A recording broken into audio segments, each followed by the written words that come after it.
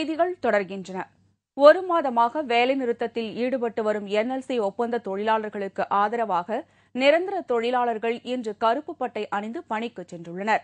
பணி நிரந்தரம், சம வேலைக்கு சம ஊதியம் உள்ளிட்ட 11 அம்ச கோரிக்கைகளை வலியுறுத்தி ஒப்பந்த தொழிலாளர்கள் 13,000 பேர் 31வது நாளாக வேலைநிறுத்தத்தில் ஈடுபட்டு வருகின்றனர்.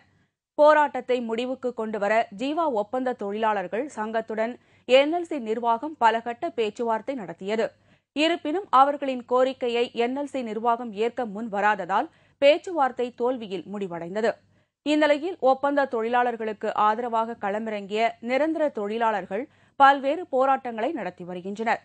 இதன் ஒரு பகுதியாக NLC நிர்வாகத்திற்கு எதிர்ப்பு தெரிவிக்கும் வகையில் கருப்பு பட்டை அணிந்து நிரந்தர தொழிலாளர்கள் இன்று பணியில் ஈடுபட்டுள்ளனர்.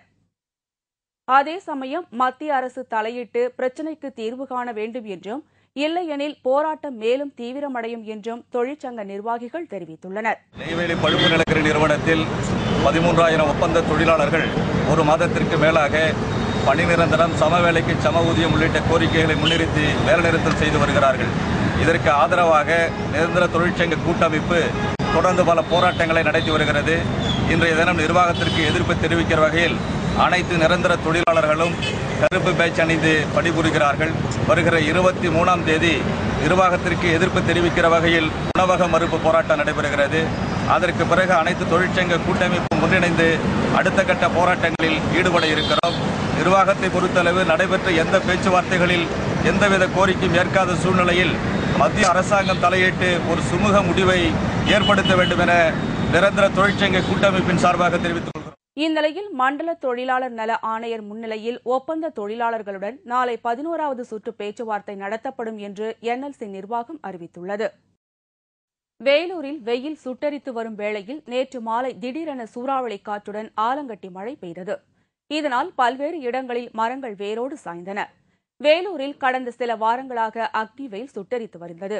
இந்நிலையில் நேற்று மாலை அங்கு பயங்கர இடியுடன் சூறாவளி காற்று வீசியதோடு ஆலங்கட்டி மழையும் பெய்துள்ளது. இந்த ஒரு வார காலமாக வெயில் 110 டிகிரி 112 டிகிரியா போய் இருந்து வீட்டுக்குள்ளே இருக்கவும் முடியல. இந்த கரண்ட் கட்டுனால வீட்டுக்குள்ளே இருக்க முடியாத ரொம்ப சிரமப்பட்டுங்க. இந்த ஐஸ் கட்டி மழைனால ரொம்ப மனசுக்கு இதமாகவும் சந்தோஷமாகவும் இருக்குது. சூறாவளி காற்றால் வேலூரில் பல்வேறு இடங்களில் உள்ள மரங்கள் வேரோடு சாய்ந்தன.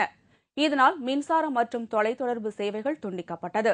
இதனால் சுமார் 4 மணி நேரம் வரை வேலூர் நகரம் இருளில் மூழ்கியது. ஜோலார்பேட்டை அருகே கந்தலி சக்திபுரத்தில் அமைந்துள்ள 142 அடி உயர ஸ்ரீ மகா வெட்காளியம்மன் கோவிலில் அமாவாசையை முன்னிட்டு நடைபெற்ற மிளகாய் ஹோம சிறப்பு வழிபாட்டில் பக்தர்கள் ஏராளமானோர் கலந்து கொண்டு சுவாமி தரிசனம் செய்தனர். விழாவை முன்னிட்டு ஸ்ரீ மகா வெட்காளியம்மனுக்கு 21 பட்டுப்புடவை சாத்தப்பட்டு காய்ந்த மிளகாய், வெண்டைக்காய் மற்றும் காய்கனிகளை கொண்டு நடத்தும் மிளகாய் யாகம் நடைபெற்றது.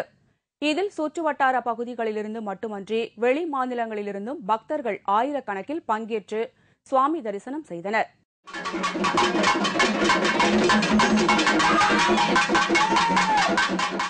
யாகத்தில் வைக்கப்பட்ட புனித நீரை ஸ்ரீ மகா வெட்காளியம்மனுக்கு அபிஷேகம் செய்த பின் பக்தர்கள் மீது தெளிக்கப்பட்டது.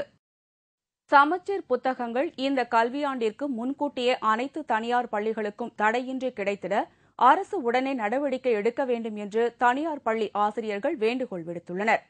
திருவாரூர், நாகை மாவட்டங்களைச் சேர்ந்த தனியார் பள்ளிகள் சங்கம் சார்பில் பொதுக்குழு கூட்டம் நடைபெற்றது. திருவாரூரில் நடைபெற்ற இந்த பொதுக்குழு கூட்டத்தில் 200க்கும் மேற்பட்ட தனியார் பள்ளி ஆசிரியர்கள் கலந்து கொண்டனர். அப்போது செய்தியாளர்களிடம் பேசிய தனியார் பள்ளிகள் சங்கத்தின் மாவட்ட தலைவர் பாஸ்கர், 10 ஆண்டுகள் தொடர்ந்து செயல்படும் பள்ளிகளுக்கு நிரந்தர அங்கீகாரம் அரசு வழங்க வேண்டும் என்று கேட்டுக் கொண்டார். மழலையர் மற்றும் தொடக்க பள்ளிகளுக்கு 8ஆம் வகுப்பு வரை தரம் உயர்த்த வேண்டும் என்றும், அரசு வழங்கும் அனைத்து சலுகைகளும் தனியார் மாணவர்களுக்கும் கிடைக்க வேண்டும் என்றும் அவர் வலியுறுத்தினார். மேலும் சமச்சீர் புத்தகங்கள் இந்த கல்வியாண்டிற்கு முன்கூட்டியே அனைத்து தனியார் பள்ளிகளுக்கும் தடையின்றி கிடைத்திட அரசு உடனே நடவடிக்கை எடுக்க வேண்டும் என்று மாவட்ட தலைவர் பாஸ்கர் வேண்டுகோள் விடுத்தார். தொடர்ந்து 10 ஆண்டுகளாக அங்கீகாரத்துடன் செயல்பட்டு வருகின்ற பள்ளிகளுக்கு நிரந்தர அங்கீகாரம் வழங்க வேண்டும் என்று தமிழக அரசை இப்பொதுக்கூட்டம் வலியுறுத்துகிறது. 25% இலவச கல்வி திட்டத்தின் கீழ் செயல்படும் குழந்தைகளுக்கு உரிய கட்டணத்தை அரசு தனியார் பள்ளிகளுக்கு வழங்க வேண்டும் என்று இந்த பொதுக்குழு தீர்மானம் நிறைவேற்றப்படுகிறது. அரசு தரப்பு புத்தகங்களும் எங்களுக்கு கிடைக்கப்பெறவில்லை. அரசு தனியார் புத்தக கம்பெனிகளுக்கு அங்கீகாரம் வழங்கியும் அதை பற்றியான அறிவிப்பு இதுவரை அரசு வெளியிடவில்லை. எங்களுடைய இந்த பொதுக்குழுவுக்கு அரசு உடனடி நடவடிக்கை எடுக்கும் என நாங்கள் நம்புகிறோம். சென்னையில் கடந்த ஒரு மாதமாக நடைபெற்று வந்த மகளிர் சுய உதவிக் குழுவினரின் சித்திரை கண்காட்சி நிறைவடைந்தது. கடந்த ஒரு மாத காலத்தில் சுய உதவிக் குழுவினர் தயாரித்த பொருட்கள் விற்பனை மூலம் அவர்களுக்கு 35 லட்சம் ரூபாய் வருவாய் கிடைத்துள்ளது. தமிழகத்தின் 32 மாவட்டங்களைச் சேர்ந்த மகளிர் சுய உதவிக் குழுவினர் தயாரித்த பொருட்களை விற்பனை செய்வதற்காக சென்னை வள்ளுவர் கோட்டத்தில் கடந்த ஏப்ரல் மாதம் 20ஆம் தேதி சித்திரை கண்காட்சி தொடங்கி நடந்து வந்தது. கடந்த ஒரு மாத காலமாக நடைபெற்று வந்த இந்த கண்காட்சி நேற்றுடன் நிறைவடைந்தது. இக்கண்காட்சியில் திருநங்கைகளின் சுய உதவிக் குழுவினரும் பங்கேற்று தாங்கள் தயாரித்த பொருட்களை விற்பனை செய்தனர். இலங்கை அகதிகள் முகாம்களில் உள்ள மகளிர் சுய உதவிக் குழுவினர் இலங்கையில் விரும்பி வாங்கப்படும் கொழுக்கட்டை, குழி பணியாரம் போன்ற இனிப்பு பண்டங்களை விற்பனை செய்தனர். இந்த கண்காட்சியின் மூலம் மகளிர் சுய உதவிக் குழுக்களுக்கு 35 லட்சம் ரூபாய் வருமானம் கிடைத்துள்ளதாகவும் அடுத்த ஆண்டு இதனைவிட கூடுதல் இலக்கு நிர்ணயிக்க முடிவு செய்துள்ளதாகவும் நிகழ்ச்சி ஏற்பாட்டாளர்கள் தெரிவித்துள்ளனர். கடந்த 20ஆம் தேதி ஆரம்பிக்கப்பட்ட இந்த மகளிர் சுயகுழு மகளிர் மேம்பாடும் புதுவாழ்வும் இணைந்து செய்யப்பட்ட இந்த சுழற்சி முறையான மாவட்டங்களில் வந்திருந்த சுயஉதவி குழுக்கள் அனைவரும் இன்றையோட கடைசியாக போகிறது.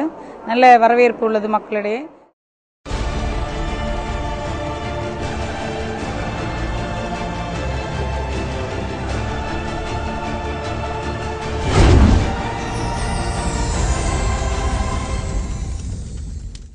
ஆச்சரியம், ஆனால் உண்மை.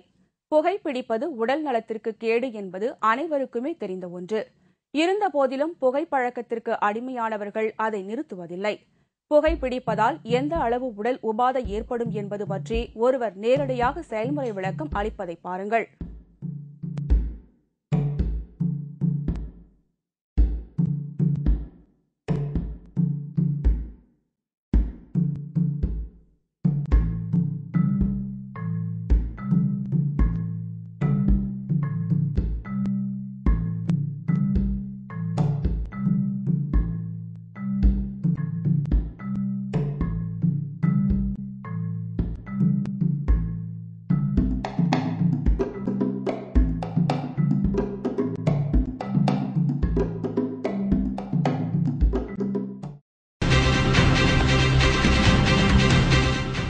IPL கிரிக்கெட் போட்டி முதல் அரையிறுதி ஆட்டம் நாளை புனேவில் நடைபெறுகிறது.